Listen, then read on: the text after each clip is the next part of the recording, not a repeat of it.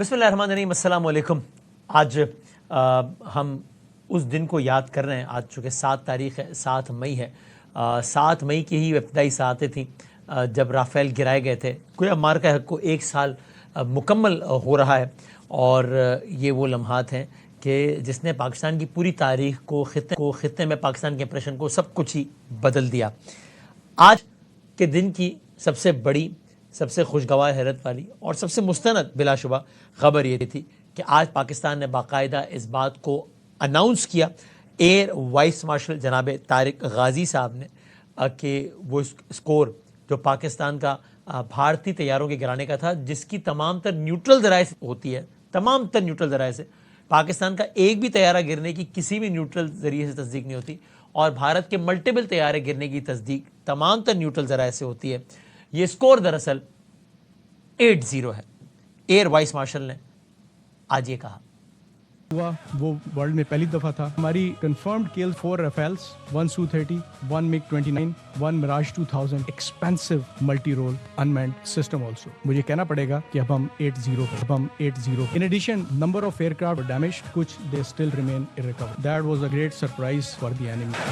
سو یہ تو وہ سرپرائز تھا جو کہ قوم کو دیا گیا, اور ایک اور سرپرائز کی نوید سنائی گئی جو کہ اگلے کچھ ماہ میں ہوگا, جو کہ اگست کی تاریخ میں, اگست کی 14 تاریخ کو ہو گیا.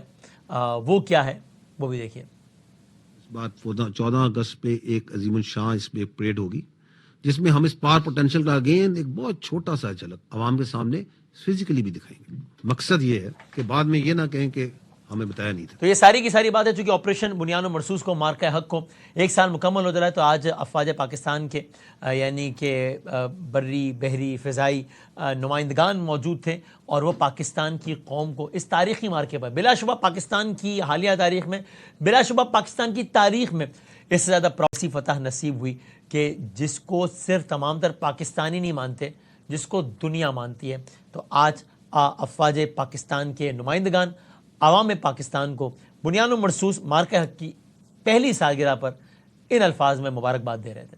اب وہ افواج پاکستان کی طرف سے مارکہ حق کا 1 سال مکمل ہونے پر مبارکباد. کسی کا باپ بھی پاکستان پہ آنچ نہیں لا سکتا, جو کرنا کر. پاکستان کی افواج عوام کی امنگوں پر پورا ہو. ان کو کچھ لوگ یہ غلط فہمی دیتے تھے کہ یہ عوام اور یہ جو فوج ہے اس کے درمیان کوئی دوری ہے. ہم اس سے بھی کہتے تھے کوئی مائی کا لال ضرورت نہیں ہے کہ عوام اور فوج کے درمیان, وی آر ٹوگیدر. یہی بیانیہ بنایا جاتا ہے کہ دیکھیں یہ تو اپنا کام نہیں جانتے, اپنے کام کے علاوہ سارے کام کرتے ہیں. تو ہم نے پھر 6 اور 7 کو اور 9 10 کو کام کر کے دکھایا, یہ نہیں دکھایا. کس دکھائی ہے, ہم آپ کو ایک چھوٹی سی جھلک دکھا رہے ہیں. We are preparing for the future war. دوبارہ کیا 3 بار 4 بار 6 بار 10 بار جتنی بار آنا ہے, جو کرنا ہے. یہ جو پراکسیز ہیں ان کو بھی لانچ کر کے دیکھیں.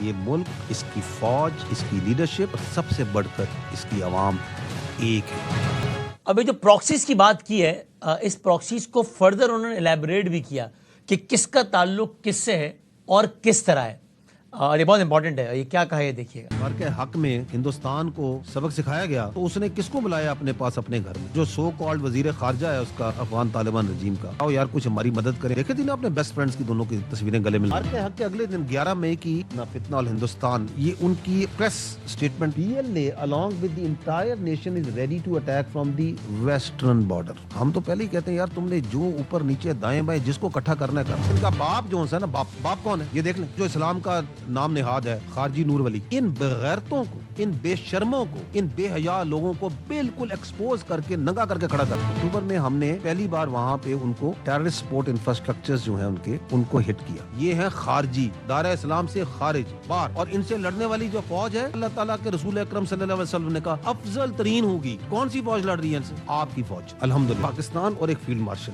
یہ میرا خیال ہے دن رات ان کے خواب میں آتے ہیں. They need to grow.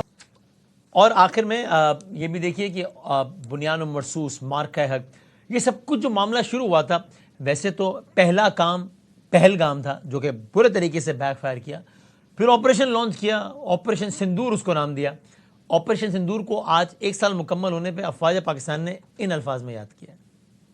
پتہ نہیں کون سے سندور کی تیاری کر رہے ہیں. یہ سندور سے نکلتے کیوں نہیں؟ کوئی مردانہ نام رکھ لو. یہ سندور تو خواتین کو لگایا جاتا ہے. پتہ نہیں کہاں سے ان کو جو سا ہے یہ سندور یاد آ گیا ہے. جان چھوڑ دو اپنی فوج کی, اس کو پروفیشنل فوج بننے دو. ابھی تھوڑی دیر پہلے ان کے آئے ہوئے تھے وہ DGMO اور DG ایئر آپریشنز اور سینئر افسران. پہلی بات تو یہ کہ یار تمہیں کس نے کہا کہ انگریزی میں بات چیت کر رہے ہو؟ اس لیے کیونکہ تم سنانا چاہتے ہو دنیا کو کہ ہاں یہ ہوا تھا یہ ہوا تھا یہ ہوا تھا، پورا 1 گھنٹہ وہی کہانی سنا کے چلے گئے ہو. اور آگے بڑھو نا. ہم تو تمہیں کہہ رہے ہیں کہ ہم نے پچھلی کہانی تو دنیا نے سن لی، آگے بتاؤ پورا سال کیا کرتے رہے. تو ہمارے ساتھ مہمانان گرامی موجود ہیں. سب سے پہلے تو ایئر کموڈر ریٹائر خالد چشتی صاحب ہمارے ساتھ تشریف فرمائیں تاکہ ذرا کچھ فضائی حوالے سے بات کریں. بریگیڈیئر ریٹائرڈ وقار حسن صاحب ہیں تاکہ ذرا کچھ بری حوالے سے بات کریں. کموڈر ریٹائرڈ وزیر حسن صاحب ہیں تاکہ ذرا کچھ سمندری حوالے سے بحری حوالے سے ہم بات کریں. خالد چشتی صاحب بہت شکریہ وقت دینے کا.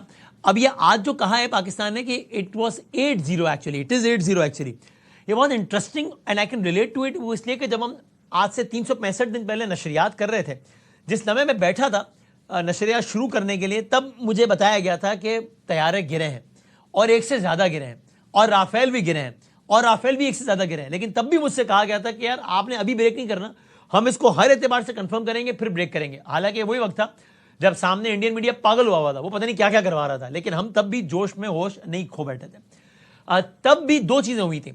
ایک، ہمیں یہ کہا جا رہا تھا، بتایا جا رہا تھا کہ اصل گرائے گئے طیاروں کی تعداد تو اس سے بھی زیادہ ہے، لیکن ابھی ہم باوجود یہ کلیم کر رہے ہیں جتنوں کی الیکٹرانک سگنیچرز ہیں اور سارا کچھ ہے. اس وقت آپ نے بھی ایک بات کہی تھی مجھ سے، ہماری پہلے آف دا ریکارڈ بات ہوئی تھی، پھر آپ نے وہ ریکارڈ میں آپ نے کہا یہ ہوئے تو 5 نہیں ہے، اس وقت پہلے ہم نے 5 کہا تھا، آپ نے کہا تھا ہوئے تو 6 ہیں لیکن تو میں نے کہا تھا یہ آپ ذمہ داری سے کہہ رہے ہیں، تو آپ نے کہا تھا جی میں بالکل ذمہ داری سے کہہ رہا ہوں. So we had all the reasons to believe کہ یہ طیاروں کی تعداد اصل میں 5 سے بھی زیادہ ہے. اس سارے تناظر میں آپ بتائیے گا تجزیہ اور معلومات کی روشنی میں کہ آج جو پاکستان نے یہ جو نیا کلیم کیا ہے، اور ظاہر ہے یہ آپ یہ بھی سمجھائیے گا کہ یہ کلیم کرنے کا مطلب ایسا نہیں ہوتا کہ یار بیان دے دیا بس دے دیا تو دے دیا. الیکٹرانک سگنیچر ٹیکنیک ساری چیزیں ہوتی ہیں، تو یہ کوئی کچھ پیچھے ہوتا ہے تو ہی اس طرح کلیم ہوتا ہے. یہ اس کی کتنی سگنیفیکنس ہے؟ بہت شکریہ بادامی صاحب، آپ نے انوائٹ بھی کیا اور 365 دن آپ میموری میں پیچھے بھی لے گئے.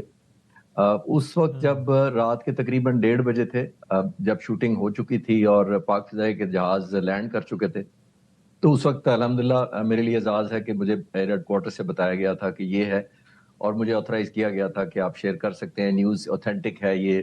اور میں آپ کے ریویورز کو اپنی پاکستان ایئر فورس کی گریس اور کریڈیبلٹی کے سینس میں بتاتا چلوں کہ مجھے پہلے 6 کہا گیا اور پھر کہا گیا کہ نہیں سر آپ 5 بتائیے ابھی. تو میں نے خود ہی پوچھا کہ ابھی تو آپ 6 کہہ رہے تھے، 5 کیوں کہوں میں؟ تو 5 کیوں کہ روک کیوں رہے ہیں، یعنی مائنس کیوں کر رہے ہیں؟ تو انہوں نے کہا کہ سر ہمارے پاس الیکٹرانک ویڈیو ریکارڈنگ، جہاز کا data, radar signature, electronic signature, ساروں کی کنفرمیشن موجود ہے. لیکن ایک چیز جو ہم نے اپنے لیے رکھی ہوئی ہے کرائٹیریا کہ جب وہ ہوگی تو ملے گی، وہ ہے ایئر کرافٹ کا ریکیج. ہمیں الیکٹرانکلی تو پتا ہے کہ کہاں جہاز گرا ہے، لیکن ہم فزیکل چاہ رہے ہیں تھرو ہیومن انٹیلیجنس، سرویلنس اور سیٹلائٹ ہم کنفرم کریں گے تو پھر 6ٹا جہاز ایڈ کریں گے. تو آپ ایڈ، تو میں آپ کو یاد ہوگا کہ میں نے جب آپ سے ریکویسٹ کی تھی کہ آن ایئر آنے کی کہ میں شیئر کرنا چاہتا ہوں، تو پھر آپ نے یہ کہا تھا کہ 6ٹا کیوں نہیں بتا رہے؟ تو میں نے کہا پاک فضائیہ فل ہے، لیکن میں یہ آج کو بتا رہا ہوں کہ 6ٹا بھی آ جائے گا، لیکن میں آفیشیلی آپ کو 5 کہہ رہا ہوں. ایک تو یہ اس سے ریلیشن تھا. اس کے بعد میرے لیے خوش قسمتی، اب میں 8-0 تک لے کے آتا ہوں. میری ایک اور خوش قسمتی یہ تھی کہ انہی جیٹ اینڈ سی پائلٹس کو میں کچھ ہفتے پہلے اس جنگ سے، جب پہلگام بھی نہیں ہوا تھا، تو مل کر آیا تھا. میں نے پورا دن گزارا تھا. میں اپنی شوق میں ڈاکومنٹریز بناتا ہوں. میں نے ان سے ڈائریکٹ پہلی دفعہ مجھے 3 سالوں میں اجازت کسی کو ملی تھی انہی پائلٹس کو، ٹیکنیشینز کو، انجینئر سے بات کرنے کی. میں نے پوری ڈاکومنٹری اپنے یوٹیوب چینل پر ڈالی تھی اس وقت. تو میں نے اس وقت بھی وارن کیا تھا انڈین ایئر فورس کو، جب یہ 1 مئی کو میں نے ویڈیو ڈالی تھی، اور میں نے کہا تھا کہ میں آپ کو ایڈوائز کرتا ہوں کہ اس ایئر فورس کو اس وقت انگیج نہ کریں، کیونکہ یہ بہت ہائیلی کمبیٹ ریڈی ہے، یہ آپ کو سرپرائز دے گی. ایک بات میں نے کہی تھی، اور دوسری کہی تھی کہ یہ جو فضائیہ کے سربراہ آپ کو بڑے انٹروورٹ لگتے ہیں، یہ بڑے ڈوسائل لگتے ہیں، but he is a very aggressive person. تو میں نے 2 چیزیں کہی تھی. الحمدللہ وہ 6 دن بعد وہ پوری ہوئی. وہ ویڈیو تو چلے ملین پر چلی گئی، وہ علیحدہ بات تھی، لیکن میری بات درست ثابت ہوئی. پھر اس کے بعد میرے لیے ایک اور اعزاز یہ ہوا کہ پوسٹ آپریشن بھی مجھے اعزاز ہوا کہ جا کر یہی V T Rs, videos, recordings, radar signature, electronic verification میں نے خود اپنی آنکھوں سے دیکھے. نہ صرف اپنی سائڈ کے دیکھے، جو ہم نے دشمن پر جو حملے کیے تھے 10 تاریخ کو، وہ ٹنیج، وہ ٹارگٹس، کمپیریٹیو پکچرز جن کی بیفور اینڈ آفٹر، وہ ساری دیکھی. تو پھر میں نے پاک فضائیہ سے ریکویسٹ کی کہ اوئنگ ٹو مائی پیشن مجھے اجازت دی جائے کہ میں اس پر ریسرچ کروں، ایک ڈاکومنٹری بنانے کی اجازت دی جائے. تو میں 1 سال پورا ریسرچ کیا، اور میں نے کل ہی ایک ڈاکومنٹری ڈالی اپنے چینل پر. اس کے میں نے لکھا ہے دی 8-0 ریالٹی کل. اور آج پریس کانفرنس ہوئی ہے، تو میرے لیے الحمدللہ یہ بڑی خوشی کا مقام ہے، اطمینان کا. وہ جو ریسرچ میں 1 سال سے کر رہا تھا، ڈیٹا ویریفائی کر رہا تھا. تو مجھے ایئر وائس مارشل طارق غازی کے آنے کا یہ فائدہ ہوا ہے کہ میری بھی کریڈیبلٹی ہوئی کہ میں نے اس کا ٹائٹل یہ ہے The 8-0 ریالٹی. تو وہ میں اس لیے لنک کرنا چاہ رہا ہوں کہ الحمدللہ میں نہیں صرف پاک فضائیہ انتہائی گریسفل رہی, اور آل دس وائل اس سے زیادہ جو آج ایئر مارشل طارق نے کہا ہے, اپنے نوٹ کیا, انہوں نے کہا کہ اور بھی ڈیمیج ہیں جو ہمیں پتا ہے, لیکن وہ میں پورے ایک سال کے دوران جب میں ریکارڈنگ دیکھ رہا تھا, وی ٹی آر دیکھ رہا تھا, سارا ایکسیس مجھے دیا گیا تھا. تو میں نے جب پاک فضائیہ کی ٹاپ لیڈرشپ سے یہ پوچھا کہ جب آپ کو یہ کنفرم ہے, صرف آئیڈیا یا گیس نہیں ہے, جب آپ کو کنفرم ہے کہ اور زیادہ گرے ہیں, ڈیمیج ہوئے ہیں beyond repair, beyond economical repair ہوئے ہیں, تو وہ تو کل ہو جاتی ہے جب جو جہاز ریکور ہی نہ کر پائے, آپ نے ڈیمیج کیا اس کو. تو آپ امیجن کریں بدامی صاحب, مجھے کہا گیا کہ نہیں سر ہم گریسفل ایگزٹ پلان کر چکے ہیں, ہم وار سے اوور ہیں, ہم اگلی جنگوں کی تیاری کر رہے ہیں, ہم پچھلے کانفلکٹس میں کاؤنٹر ورسز کاؤنٹر, کلیم ورسز کلیم, پکچر ورسز پکچر پہ نہیں جانا چاہتے, ہم موو آن کر چکے ہیں. میں کہنا یہ چاہ رہا ہوں. تو یہ ایک طرف پاک فضائیہ کی گریس تھا, اور دوسری طرف آخری بات, I'm sorry میں نے ٹائم لے لیا لیکن میں لنک کرنا چاہوں گا, دوسری طرف اے پی سنگھ جو انڈین ایئر فورس چیف ہے, وہ 9 اگست کو تشریف لائے اس سارے ایپیسوڈ کے 3 مہینے بعد, اور بجائے نمبر دینے کے انہوں نے کہا ہم نے 5-6 جہاز مارے ہیں ہندوستان کے. تو 5-6 پہلے میں حیران ہوا کہ 3 مہینے بعد اتنی بڑی ایئر فورس کو جہازوں کا بھی نہیں ابھی تک پتا. پھر 2 مہینے اور گزر گئے, پھر انہوں نے کہا 10-12 مارے ہیں. تو میں سوچ رہا تھا کہ اپنے لوگوں کو کیسے فیس کرتے ہوں گے, اپنے لوگوں کو کیسے فیس کرتے ہوں گے جن کو پتا ہے کہ نہیں مارے, آپ کیسے ان کے سامنے سٹینڈ کر سکتے ہیں. اور میں حیران تھا, میں صرف آپ کو اسٹوری آف 8-0 پوری کمپلیٹ اسٹوری شیئر کیا. Sorry for taking time. نہیں زبردست, لیکن آپ نے بہت کوئکلی آپ نے پورا سفر ہمیں طے کروا دیا. اور بریگیڈیئر وقار حسن صاحب یہ بتائیے گا کہ یہ میں ذرا خالد صاحب کی آخری بات کو آپ کی پہلی بات بنانا چاہتا ہوں, تاکہ ہم نے چونکہ پہلے انہوں نے بہت ساری باتیں کی, تو میں چاہتا ہوں باتیں ریپیٹ نہ ہوں بلکہ ہم آگے کی بات کریں. انہوں نے کہا نا کہ اپنے لوگوں کو کیسے فیس کرتے ہوں گے. یہ دیکھیں جو کچھ ہوا ہے وہ میڈیا پہ ان کے سیاستدان وغیرہ خود بھی کہتے رہے, ویسے تو دنیا کو بھی اندازہ ہو گیا کیا ہوا ہے, ان کے لوگوں کو بھی اندازہ ہو گیا, لیکن ان کی اپنی فورسز سے زیادہ تو بہتر کسی کو بھی اندازہ نہیں ہوتا ہوگا نا, چاہے ان کا اپنا چیف جو بھی کہتا رہے کہ یہ ہوا کیا ہمارے ساتھ. تو کیپنگ دیٹ ان مائنڈ, اس وقت آپ فورسز کے مورال کے بارے میں بتائیے گا کہ آپ ظاہر ہے آپ کے خود کے ایک متعلقہ فیلڈ ہے کہ جس کو پتا ہو کہ یار انیشیٹ بھی ہم نے کیا تھا, پنگا بھی ہم نے لیا تھا, دعوے بھی ہم نے کیے تھے, مار بھی ہمیں پڑی ہے, اور اس لیول کی مار پڑی ہے جیسے کبھی پہلے پڑی ہی نہیں. تو یہ جب یہ کسی اور کو پتا ہو نہ پتا ہو, ان کو تو پتا ہی ہے نا فورسز کے لوگوں, وہاں مورال کا پھر کیا عالم ہوتا ہے ایسی صورتحال میں؟ جی بسم اللہ الرحمن الرحیم. آئی تھنک یہ بڑا پرٹیکولر کوشچن ہے. بیسیکلی اس کو کرائسس آف کمانڈ بھی کہتے ہیں, اور ہم اس کو آبزرو کریں 2019 سے, جب ابھی نندن کو یہاں پہ گرا کے واپس کیا گیا, اس کو بھی انہوں نے پھر اوارڈ وغیرہ دیے. پھر 2020 میں ان کو مار پڑی, اس پہ ہم نے لکھا بھی ہے, یہ ایکسپریس ٹریبیون میں چھپا تھا, میرا اور وائف کا ایک انالیسس تھا, اور اس میں یہی سوال اٹھایا گیا تھا کہ what was the leadership doing. تو مطلب گریٹ کمانڈر سے لے کے آرمی کمانڈر تک مطلب کوئی ہل نہیں سکا. اچھا سیم ہیپن کمانڈر, چاہے وہ لیٹس سے لیفٹنٹ کرنل تو بریگیڈ کمانڈر ہے یا جنرل آفیسر کمانڈنگ ہے سیکٹر اور زون کا, اس کو اگر ہاف این آور میں جب بیٹل شروع ہوتی ہے اور پریسائز سچویشن نہیں پتا, تو پھر اچھا وقار صاحب ذرا مجھے ایک لمحہ دیں, آپ کو ہم ریکنیکٹ کر لیتے ہیں اگر ویڈیو پہ ورنہ آڈیو پہ, تاکہ ذرا صحیح پہ سن پائے. بار بار ہمیں ذرا انٹرپشن ہو رہی ہے, ذرا کریں ریکنیکٹ کیجیے. تب تک میں ذرا کموڈر ریٹائر وزیر حسن صاحب, آپ کو میری آواز آ رہی ہے سر؟ السلام علیکم. وعلیکم السلام. جی وسیم کیا حال ہے آپ کے؟ بہت شکریہ مجھے شو پہ لینے کا. سر الحمدللہ, آپ کا بہت شکریہ وقت دینے کا. تھوڑا میں سادہ الفاظ میں انداز میں سمجھائیے گا پانیوں کی کیا صورتحال تھی, چونکہ خبریں انہوں نے یہ بھی لگائی تھی نا, او جی وہ جہاز چل پڑا ہے, او جی کرا Lahore port. D G S P نے بھی کہا کہ ابھی تک نیوی والے ڈھونڈ رہے ہیں کہ یار یہ لاہور میں کدھر پانی ہے, پورٹ کدھر ہے جس پہ قبضہ وبضہ ہو گیا تھا. لیکن بڑا انہوں نے اگر ہمیں آسان الفاظ میں آپ بتا سکیں کہ وہ انہوں نے کوئی موومنٹ کرنے کی کوشش کی تھی, چونکہ دعوے تو بہت کیے تھے کہ ہم یہاں تک آ گئے ہیں, یہاں تک آ گئے ہیں, ہمارے اتنے جہاز ہیں, ان جہازوں میں یہ بھی ہو بھی. اصل صورتحال آج سے 365 دن پہلے فضاؤں کی کیا تھی خالد صاحب نے بتایا, پانیوں کی کیا تھی آپ بتائیے گا.